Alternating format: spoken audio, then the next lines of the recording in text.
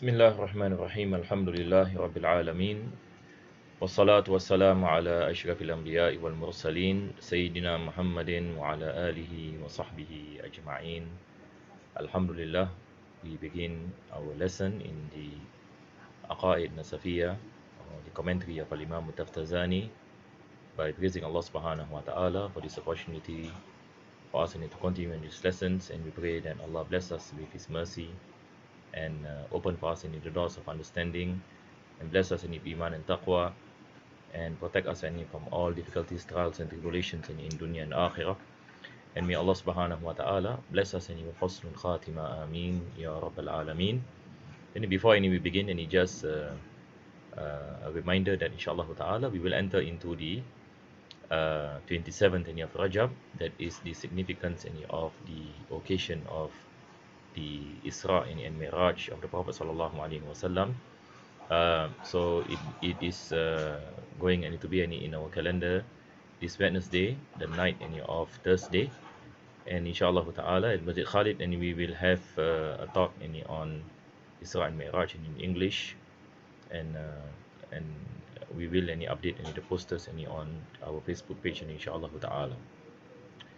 So now when we go back into our lesson in the Aqaid of Imam Nasafi, and we'll do a bit of revision based on what we have stopped or what we have mentioned in our previous lesson. So now inshallah we will straight away enter into our kitab. So this is what we mentioned in the last week. What is the meaning of the reality of things are? The reality of things are affirmed. I think I do not have any to repeat this. Then we move on to what Al-Imam Nasafi mentioned about the statement Haqa'iqul Ashya'i Thabitatun. So let me run through this again, inshallah ta'ala. We covered this in our last lesson. Maybe I will just give a summary, and to make things simple. You might find it's difficult, and if you read the translation, you might find something that's difficult, but actually it is something that is not really difficult, and it's just something that we need to ponder. You see, Al-Imam Taftazani, when he wrote the commentary of Haqa'iqul Ashya, what is the meaning of Haqa'iqul Ashya? Haqa'iqul Ashya Thabitatun. So we have this proposition where it consists of the subject and it consists of the predicate.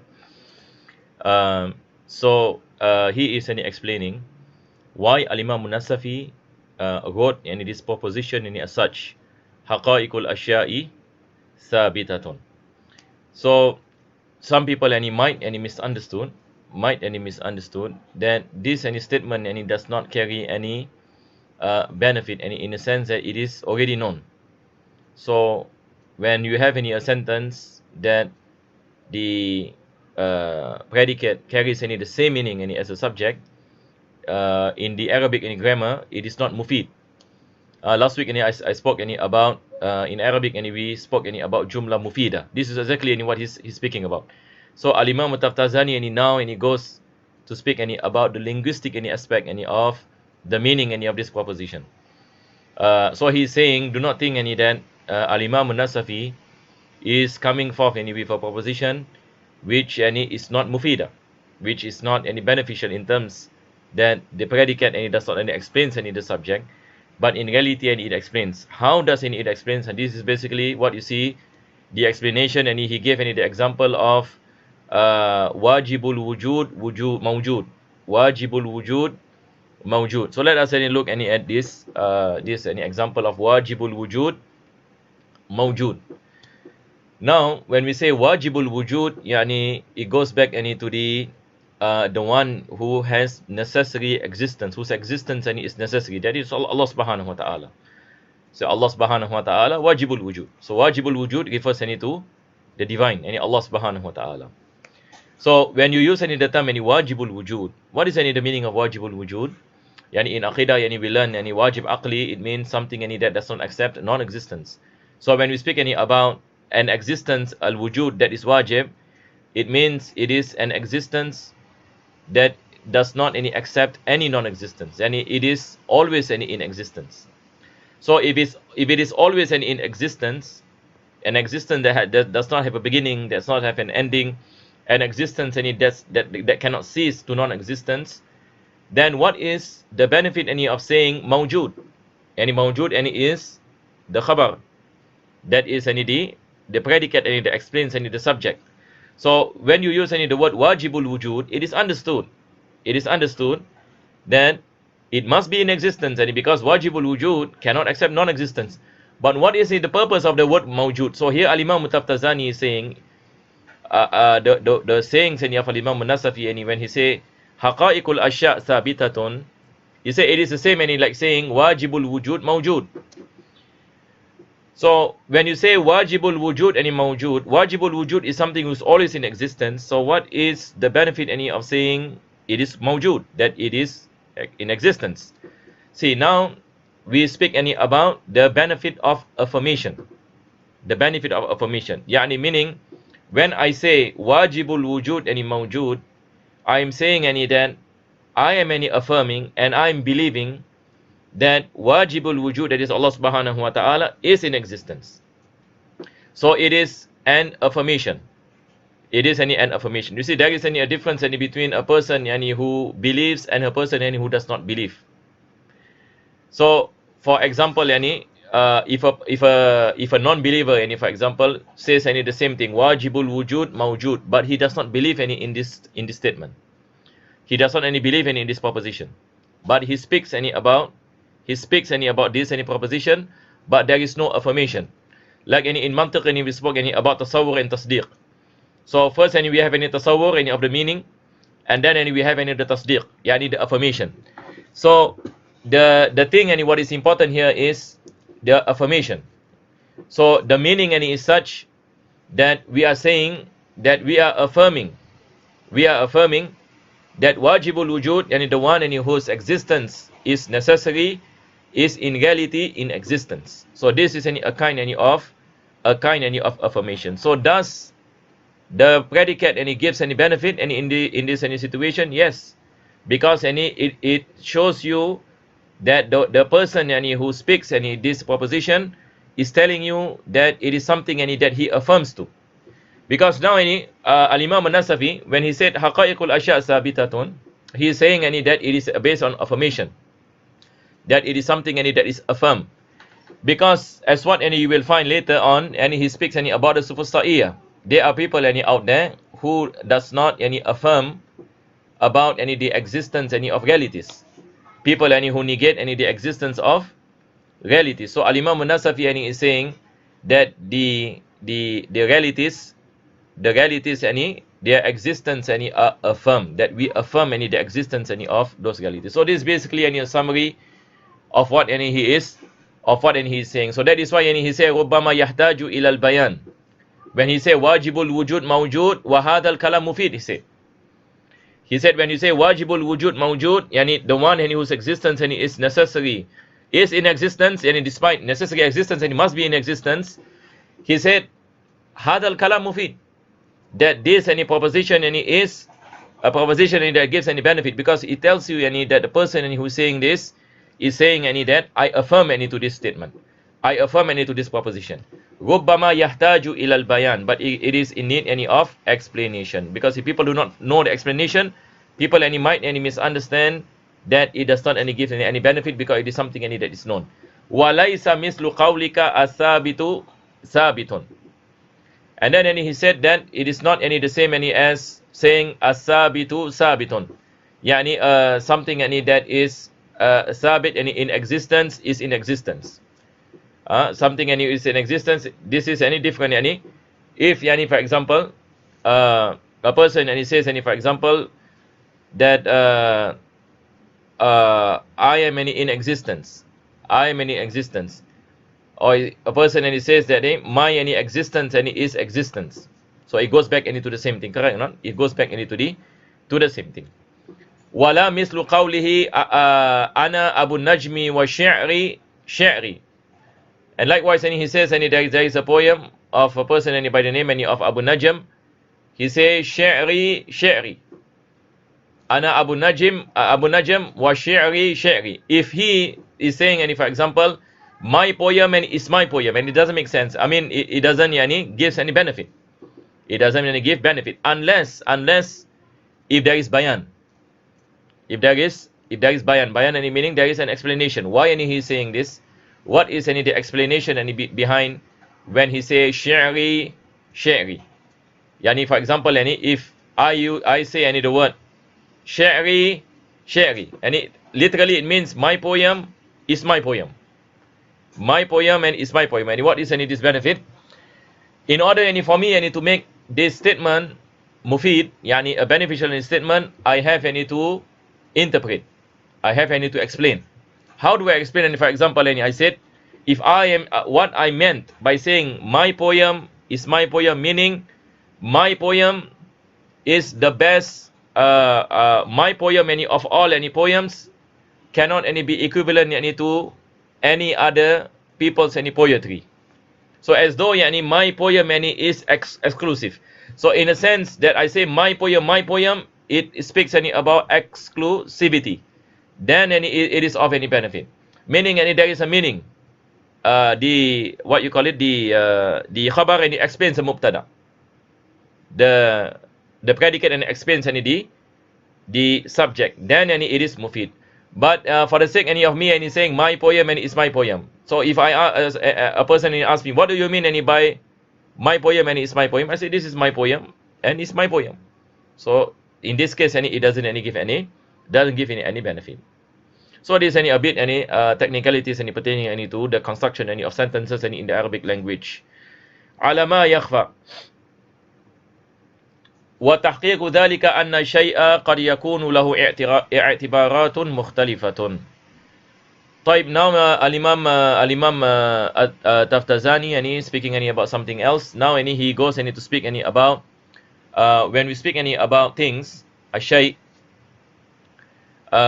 Sometimes if you speak about one aspect of a particular thing, it might gives big meaning. When you speak about another aspect of the same thing, it might not give any benefit. So how can that be? He gives an example after this. يكون الحكم عليه بالشيء مفيدا بالنظر إلى بعض تلك العبارات دون البعض. يعني sometimes when you speak about a particular thing, one aspect it gives any benefit. Sometimes you speak about another aspect, it does not give a benefit. What is the example? And he say kal-insaan, like the example of human beings. In our last lesson, we spoke about the definition of al-insaan. We say al-insaan huwa al-haywaanun naatiq. That insaan is a rational being. Yani a being that is able to think. كالإنسان إذا أخذ من حيث أنه جسم ما كان الحكم عليه بالحيوانية مفيدا. So for example, if I look at just one aspect of insan. So insan, we say hayawaan naatiq. Hayawaan is a living being. Naatiq is intellectual or rational. But if I just look at the aspect of haywaaniyah, insan as a living being, so I can apply to it al-jism, body. I say that insan is a body. Insan is a body, and insan is hayawaan. Insan is hayawaan. No issue. Because it is correct, I say that insan is a living creature, and it is a body. So here I'm just speaking about one aspect of insan, because when I speak about body, it is something that is general, that encompasses all of the living beings. For example, animals is also hayawaan, and animals is also jism. Insan is hayawaan. Insan is jism. Correct or not? So, but this is just one aspect of insan, that he is jism. So if I only speak about the part of hayawaan, and I say that insan is jism, no issue. No issue. Here any the author is saying any على الحيوانية مفيدا, and it is something any that is مفيد. But وإذا أخذ من حيث أنه حيوان ناطق كان ذلك لغوا. But if I speak any the aspect any that insan is haywaanun naatiq, haywan naatiq any meaning yani not only any is hayawan any a living any creature, but any he possess the intellectual any capacity, that he is any rational. So in this any situation, by just any saying any then insan any is a body will not any give benefit, will not any give any benefit, because any if I use any the term any naatiq, here I am specifying any insan, and I'm saying any that insan any is different any from all other types any of hayawan. Correct or not? If I look any at the complete any aspect any of the definition any of insan, I differentiate any human beings any from the rest any of living beings, But if I just look at the word hayawan, there are many similarities any between human beings any and the rest any of the living beings. And one example any is that they are jism. But if I look any at the aspect of haywaanun naatiq, this is specifically any for insan. So by saying any that insan any is jism, with regards any to haywaanun naatiq, it does not any gives any much. It does not any give gives any benefit.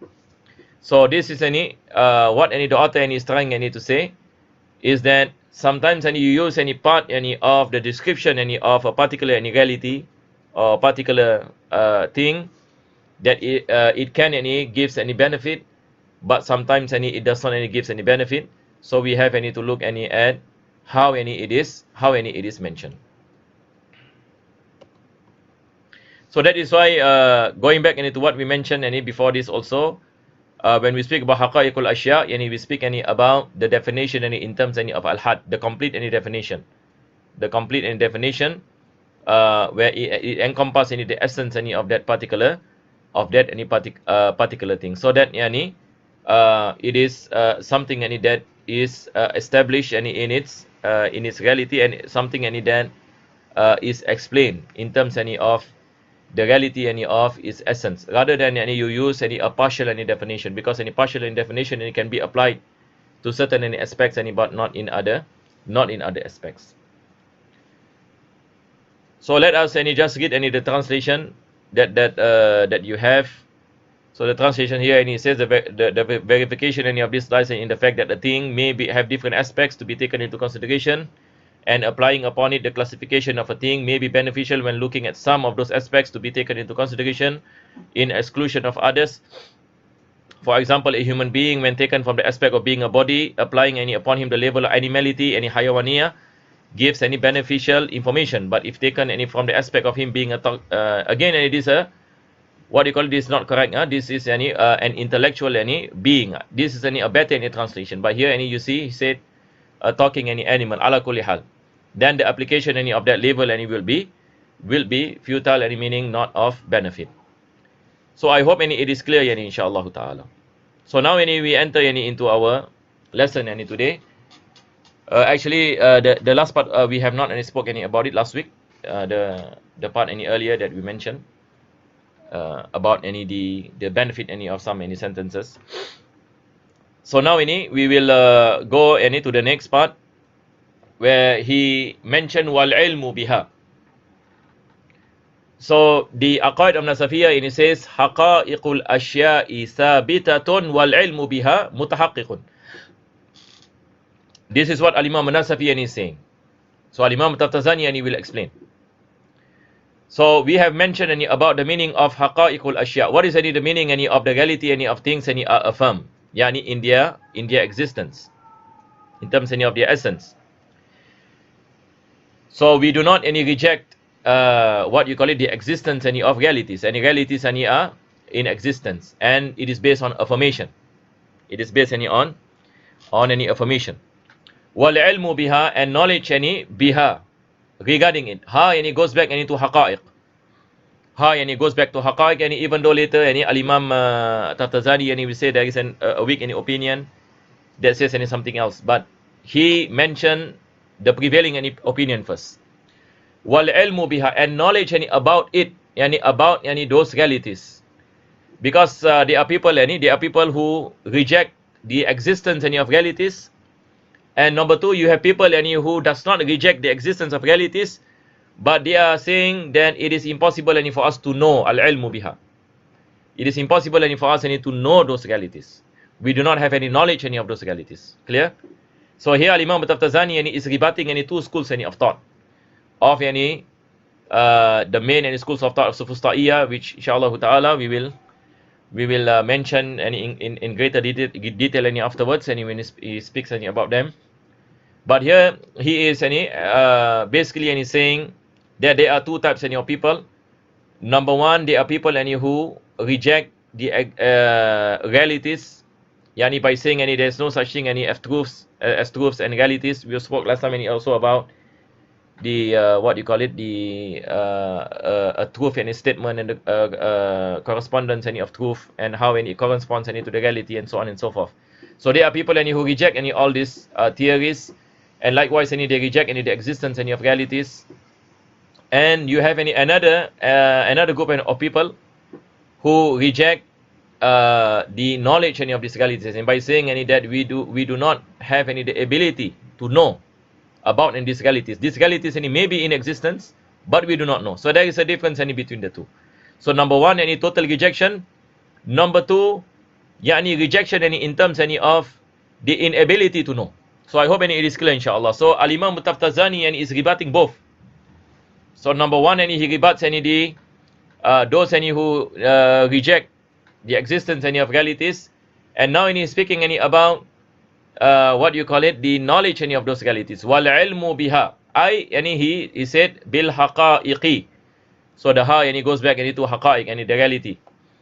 Min tasawwuratiha wa tasdiq biha wa bi ahwaliha. So he mentioned three things here. Number one is to have tasawwur of that particular reality. Number two is tasdiq, affirmation. And number three is the characteristics, bi ahwaliha. Let me give you an example. For example, I say this is a book, correct or not? I say it is a book. So this is a reality in existence. This is a truth, correct or not? It is indeed a book. So this is tasawwur. Affirmation, I believe it is a book. We affirm that this particular thing is a book. And now I am opening this book. I'm opening this book. So I am affirming that this is true. That this is a book and it is opened by me. So we have tasawwur and tasdiq. And then we have the characteristics. And when we look at the characteristics of this book, we say this book is is small in size or big in size, or the color is such for example. So this is knowledge on the characteristics of that particular thing. So we have tasawwur and tasdiq. This is what we learn in logic and mantiq, correct or not? In logic, tasawwur it is translated as significance, the significance. And when it comes to tasdiq, we say it is affirmation. So for example, we say this is a book. So the word this it is a subject, and then we have the predicate. So we have this tasawwur of the subject and the tasawwur of the predicate, and then comes the affirmation after that. The affirmation is the belief of this proposition. As proposition is made up of the subject and then predicate in mantiq, and we call it al-mahmul and al-mawdu. Al-mawdu is the subject, and then we have the mahmul. So we have tasawwur on the and understanding about the subject and the predicate, and then comes in the tasdiq. The tasdiq is when we have affirmation of that particular proposition. And likewise, when it comes to the characteristics, of that particular thing. So this is the meaning basically of wal ilmu biha. Knowledge on the reality of that particular thing. In terms of tasawwur, in terms of تصديق, in terms of أحوال. متحقق يعني something that is verified, something that is established. طيب. Then he mentioned وقيل. For those who have the book, or you are writing any notes, you just put down there وقيل is another opinion, and it is a weak opinion. Mostly in books in Arabic, and when you come across qila, we call it siratu tamrid. Siratu tamrid. Siratu tamrid, it carries a weak meaning. In our language, we say it has been said. It has been said. وقيل المراد العلم بثبوتها للقطع بأنه لا علم بجميع الحقائق والجواب أن المراد الجنس. طيب. الإمام الطبطزاني he says that when Al-Imam Nasafi is saying وَالْعِلْمُ بِهَا مُتَحَقِّق, knowledge on those realities is verified and affirmed, does it mean that we know every reality out there? Do human beings possess the knowledge of everything? Of course not. Correct or not? There are a lot of things that we do not know. So what is the meaning of Al-Imam Nasafi when he said that the reality of things are verified? Does it mean that we know everything, the reality of every substance in this universe, the reality of everything that we see, and everything that we do not see? Do we possess the knowledge? We do not possess the knowledge of everything. But what is the meaning of mutahaqqiq, in the sense that we verify that the reality of things are established? Here Al-Imam Tabtazani mentioned وَالْجَوَابُ أَنَّ الْمُرَادَ الْجِنْس, جنس الحقائق, that the what you call it, the genus of these things, of the reality of things, and in general we say they are established and affirmed. Meaning we are saying that we are not rejecting the reality of things, despite we do not possess the ultimate knowledge of every thing in its reality. But it doesn't mean that we reject the notion that the reality of things are in existence and are established. Because what you call it, the skeptics might be saying but you also do not know many things. How can you be sure? This is how some people might say, how can you be sure that the reality of things and all of the things are established when you do not possess the knowledge of all things? So we say that we are not saying about possessing knowledge about all things, but we are saying this is a principle, a general principle, that we believe that the reality of things are established in terms of a general concept. So this is basically what Al-Imam Tabtazani is mentioning. So now we read again. He said وَقِيلَ الْمُرَادُ بِالْعِلْمِ بِثُبُوتِهَا. There's something I did not explain, I forgot to explain in the beginning. So we explain in this verse. He said, it is said al-muradu al-ilmu bi-thubutiha. There is an opinion that says that haqa'iqul ashya sabitatun wal ilmu biha. The ha goes back to subutul haqa'iq. So this is a difference between the first and the second. The first says that the ha goes back to haqa'iq. But there is another opinion, Al-Imam Tabtazani is saying the ha goes back to the taqdir subutul haqa'iq. As though Al-Imam Nasafi is saying wal ilmu bi subutil haqa'iqi mutahaqqiqun. So wal ilmu bi subutil haqa'iqi mutahaqqiqun. Knowledge on what you call it, the existence and the establishment of these realities are verified. So it carries a difference in meaning. Because why this second opinion comes? Because they are fearful that it might be misinterpreted. Because some people might be thinking, if you say that wal ilmu biha, the ha yani goes back to haqa'iq, as though yani you are claiming that you know every haqa'iq. But Imam Taftazani is saying that is not the case. We are not saying that we know every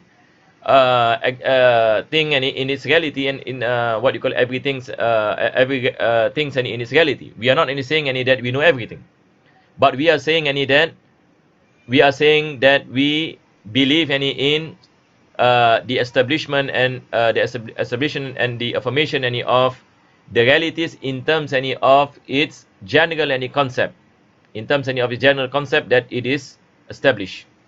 So it doesn't mean that we know everything, but we believe in the establishment of those realities in its existence. I hope it is clear inshallah. This one is al-murada al-jins. So now when we read again say waqila al-muradu, there is an opinion by saying al-ilmu bi subutiha, al-ilmu what you call it, wal ilmu biha goes back to bi subutiha lil qat'i, due to the conviction bi annahu la ilma bi jami'il haqa'iq, because nobody encompass the knowledge of all realities. Then Imam Taftazani, as though he rebut this opinion by saying wal jawab an al murad al jins, but what we meant by wal ilmu bil haqa'iq is jins al haqa'iq. It is the genus of the realities. So we are saying in general realities are established. Mutahaqqiqun is then he mentioned raddan ala al-qailin. And before that, we just read the English translation. He said, meaning the knowledge of the realities of things from their perceptions and their verification and their states. It has also been is verified as having a haqiqah. It has also been said that the intended meaning of that statement is knowledge of the affirmation only, not knowledge of all of their realities. And the response of Imam Taftazani to this is that the intended meaning is of jins, of species, meaning the species of realities, in general. So I hope it is clear inshallah. So although you do not know all realities in its reality, there are certain things that you do not know about those realities. It doesn't mean that it does not exist, correct or not? It doesn't mean that you do not know what is happening in the universe. It doesn't mean that they do not exist it exists. So here we are speaking about a general concept of the establishment of these realities, despite we acknowledge at the same time that we do not possess any knowledge on some of those realities. So what is the difference between us and the Sufasta'iyah? Because here Al-Imam Nasafiyyah is saying there are people who reject the existence of realities. What is the difference between us and them? The difference is that we do not reject any realities. We do not reject realities, but at the same time we are not claiming that we know every reality. So we know part of the reality of things in terms of the knowledge, but we do not reject what you call it, the realities that we do not know. So here we are speaking again we are speaking about the concept of that these realities are in existence, even if we do not possess knowledge of their existence and knowledge of their realities. Now, so there is a difference between rejecting any realities and what you call it, not knowing some realities. So not knowing doesn't mean it is not in existence in terms of its reality. Then he mentioned raddan ala al-qailina bi annahu la thubuta li shay'in min al-haqa'iqi wa la ilma bi thubuti haqiqatin wa la bi adami thubutiha khilafan lis-sufasta'iyya. So again as what I mentioned in the beginning of the class, that Al-Imam Nasafi is rebutting two types of sufasta'i, two types of sophists. People who basically reject these realities. Number one, they are of those who reject all forms of realities. Who says that there is no such thing as realities, everything is just an illusion. and things any are not any in existence. It is just any our perception and so on and so forth. So it is any kind any of skepticism. We call it any philosophical any skepticism. So this is in the first part. The second group any is they say that the reality any of things any are what you call it established and in existence, but we do not know for sure. We do not know any for sure. So they reject the existence of the possibility of knowing about a reality, about something any in its reality.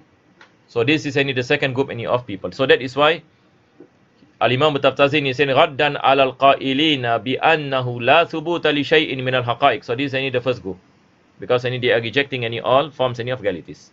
Number 2, he said wala ilma bi thubuti haqiqatin. He said that the second group, and he says any that there is no knowledge, that it is impossible any for us any to know about the establishment any of any reality. Wala bi adami subutiha, whether it exists or it does not exist, whether it is established any or it is not any established. So this is any a kind any of what you call it a skeptic, where they say any we do not know. Khilafan li sufusta'iyya. Then he mentioned yani this is any different any then this is any against any the principle any of the Sufis, because any the Sufis are basically any people who reject any realities, and they have any different types. So he said khilafan li sufusta'iyya. This is any the words any of Al-Imam Nasafi, and then Al-Imam Taftazani any explains who are the Sufis. So here any we have any the word sufusta'iyya, sufusta'i. Yani in Arabic and we have any the word safsata. Safsata yani when you speak any something any in contradiction, which is against reasoning. So in originally any this word sufusta'i, of course any it is a Greek word. Yani it traces any its roots any goes back any to the pre-Socratic any period, where they are known any as the Sufis. So they reject any realities. They reject any realities, and they say that we do not any possess any knowledge of any reality, any reality. Even any they doubt in their own existence. Even any they doubt in their own existence. Yani they are saying any maybe any I'm in existence or I'm not in existence. Any I do not know. This is any the second group. The second group any who reject any to the possibility any of possessing any knowledge any on the realities any of things. So now Al-Imam Taftazani any is going any to speak about the types any of Sufustai. They have any different schools any of thought. So he began any by speaking any the first type. He said that fa inna minhum man yunkiru haqa'iqal asya'i. So the first type any is the one any who reject any all reality of things. Wa yaz'umu annaha awham. They claim any that all these things any that they are seeing any is awham. Yani it is like an illusion. It is like any what you call it something any that is not any real. Something any that is not real. So they are skeptical any about the existence any of the things any around them, and including any their own any existence. Wa khayalat, yani it is like something imaginary. It is not any in real any existence. So that is why you find Al-Imam Nasafi and he began his Aqaid Nasafiyyah any by speaking any about epistemology, about any the concept any of knowledge, the concept any of knowledge, any so that any we are able any to differentiate what you call it those any who are the Sufustai, any those any who reject any realities, so that any we can understand how are we able any to think any logically, how are we able any to reason any logically and the right way. So Islam any mashallah any taught us any about any the correct any theory any of knowledge. How are we able any to use this logic and this kind any of reasoning for us any to ascertain the existence any of Allah subhanahu wa ta'ala. So when comes any to the Sufustai, these are the people any who reject any, these are the people any who reject the reality. So number one, the belief that there is no such things any as a reality or truth. that everything is imaginary and what you call it, in doubt of their existence. Wahum al-inadiyah. So this is a term that Al-Imam Taftazani gave to those who reject any realities in total. Who reject any realities in total, and he named them as al-inadiyah. The word al-inadiyah comes from the Arabic word al-inad. Al-inad meaning anada, stubborn. In Arabic when you say someone is anid, someone who is anid, he is stubborn, stubbornness. So this word al-inadiyah, it comes to this what you call it, to this meaning, the fact that these people are looking at realities around them, even despite they are seeing, they are feeling, they are what you call it, listening. And the Quran speaks about our senses, correct or not? Inna fi khalqis samawati wal ardi wa ikhtilafil layli wan nahar la ayatin li ulil albab. In the creation of the skies, in the creation of the earth, in the coming of the day and night. So all these are realities. This is haqa'iqul ashya, as what we mentioned. The universe is a reality. Human beings is a reality, in its terms of essence and in terms of its existence. So how can we doubt what we are seeing, what we are witnessing, what we are listening, what we are thinking? So this is a virtue that Allah subhanahu wa ta'ala bless all of us, so that we are able to understand His existence. We are able to understand His power. We are able to understand the manifestation of His attributes in His creation.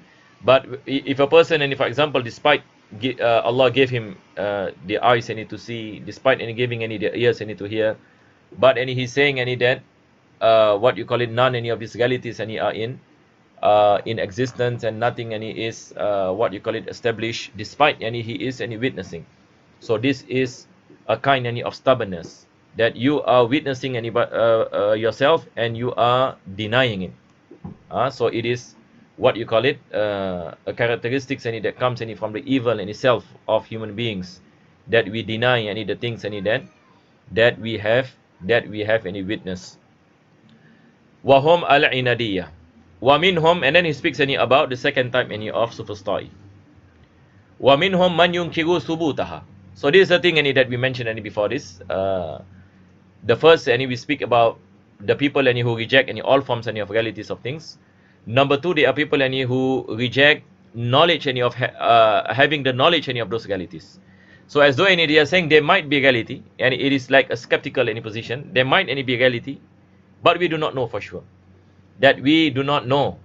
We do not know what is established and what is not established. What is a reality and what is not a reality. So they are denying having any knowledge and the possibility of anyone to possess any knowledge about a particular reality. وَمِنْهُمْ مَنْ يُنْكِرُ ثُبُوتَهَا وَيَزْعُمُ أَنَّهَا تَابِعَةٌ لِلْإِعْتِقَادِ حَتَّى إِنْ اعْتَقَدْنَا الشَّيْءَ جَوْهَرًا فَجَوْهَرٌ أَوْ عَرَضًا فَعَرَضٌ. So now this particular group, the second category, they say that we do not know for sure about a particular reality. So it all depends on what you believe. Upon what you believe. Tabi'atul lil i'tiqad. So he said that if we believe that a particular thing is a substance, then it's substance. If we believe that a particular thing is an accident, then it's an accident. So for example, I believe that this is a substance, correct? I believe that this is a substance, and this is in reality a substance. That's what we mentioned, that what you call this the reality, this is the truth, al-haq. Haqa'iqul ashya sabitatun. What is this? This is a mark. This is a mark. So it corresponds to the reality. So it is something that is affirmed and established. Tamam. But this kind of people, if you ask them, for example, you ask them, what is this? They say to you, it is a mark, but to me, it's not. It depends on individual. the theory of or the philosophy of relativism, that it depends on what you want. It depends on you. If you believe that it is a mug, then it is a mug. If you believe it is a substance, it is substance. If you believe that this is not in existence, and for example, a person said this is not any in existence, then it is not in existence. So you cannot be saying that I'm wrong or you are wrong, because this is relative.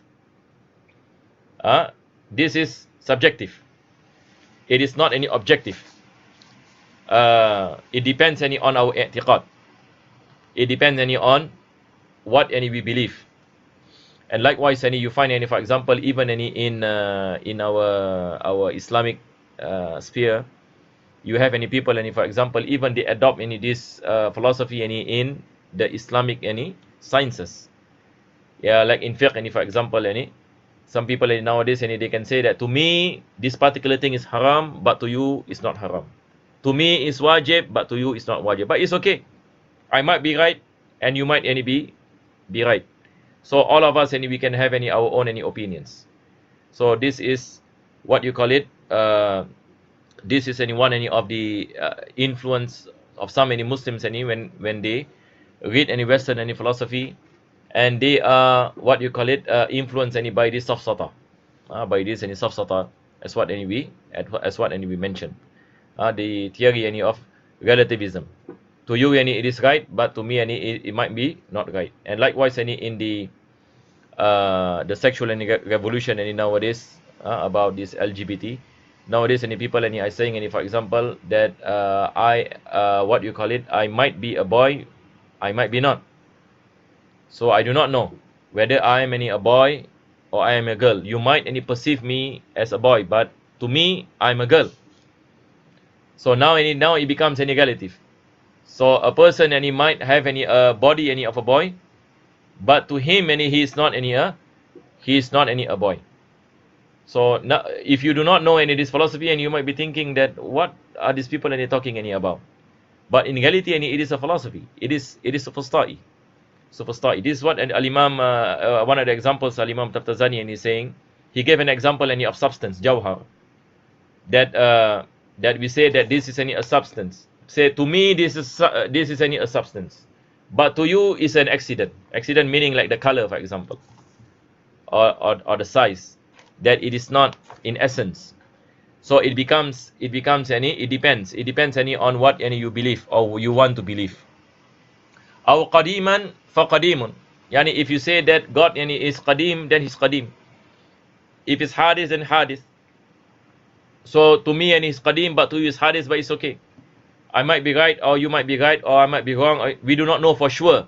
This is basically what they are saying, that we do not have the knowledge.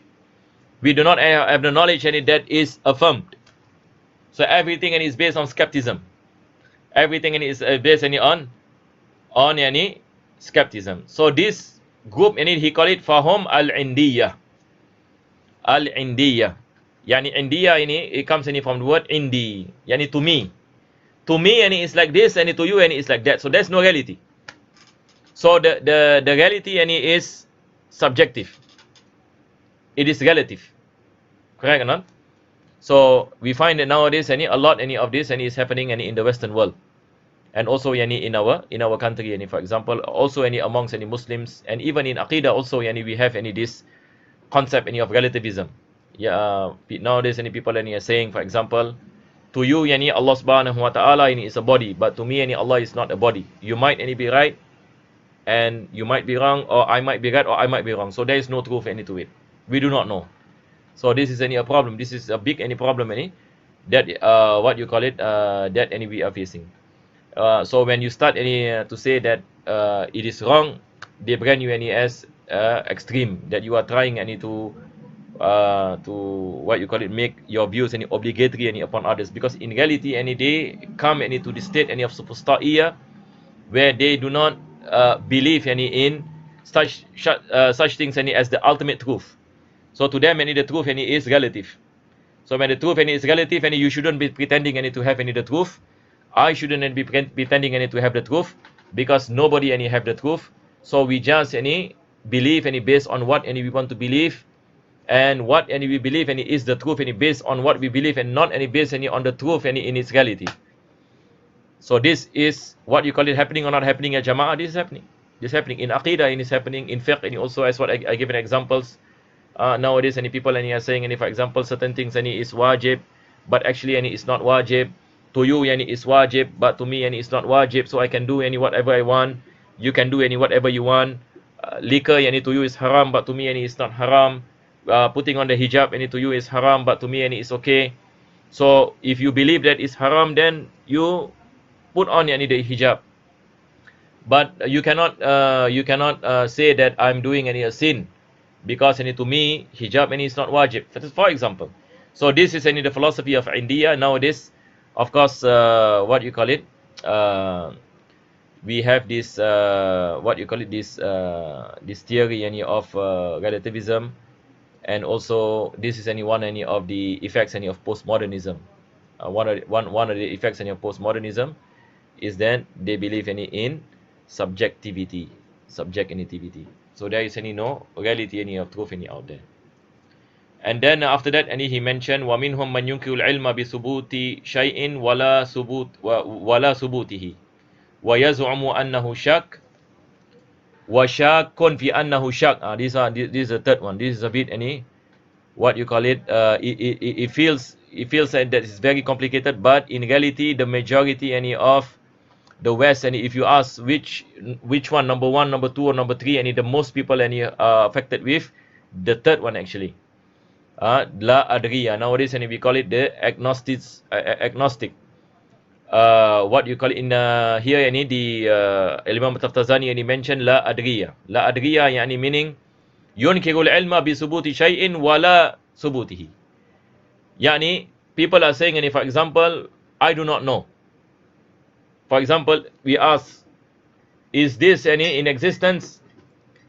So they say, I do not know. It might be in existence, it might be not.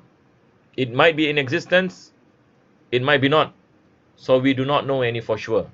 So they are rejecting any possibility any of possessing any knowledge about any the reality any of a particular thing. And he is any in doubt that he is in doubt. Even any he is in doubt any of his own existence. And this is called la adriya. And the word any la adriya comes any from the word I do not know. So again, any it is from any the philosophical any of skepticism, philosophy any of skepticism. So the terms any used any by Al-Imam Taftazani is al-inadiyya. Number two, al-inadiyya is the one any who rejects any everything. Al-indiyya, it is relative and subjective. Yani to you it's real, to me it's not real. La adriya, we do not know for sure. There is no any reality out there. We do not know. It might have a reality, it might not have.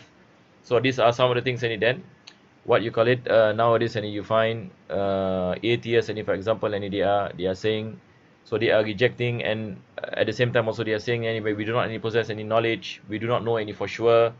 So there's no such thing any as true, because we also any do not know whether there is true. There might be not. So these are what you call it some of the things any when it comes any to the la adriya. So these are any the three types any of the schools any of Sufustai.